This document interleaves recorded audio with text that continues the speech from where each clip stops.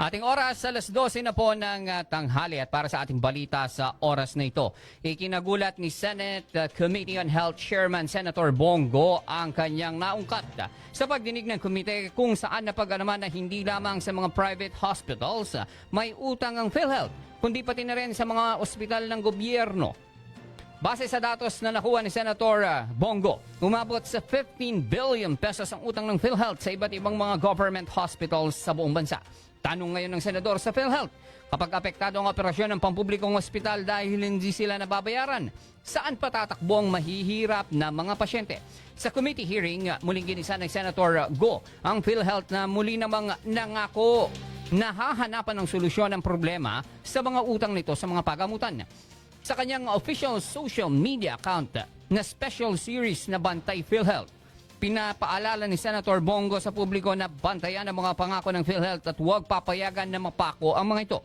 Kabilang sa mga pangako ng PhilHealth ay ang itaas ang benefit package o dagdagan ang halaga ng mga sasagutin nito sa hospital bill ng pasyente.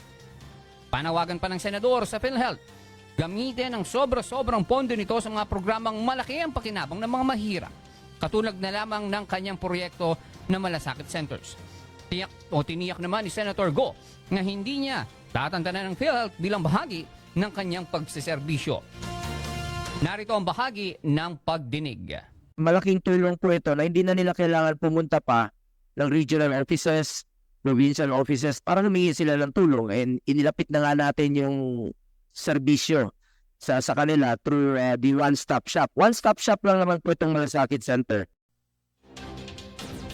At yan ang tinig ho ni Senator Bongo.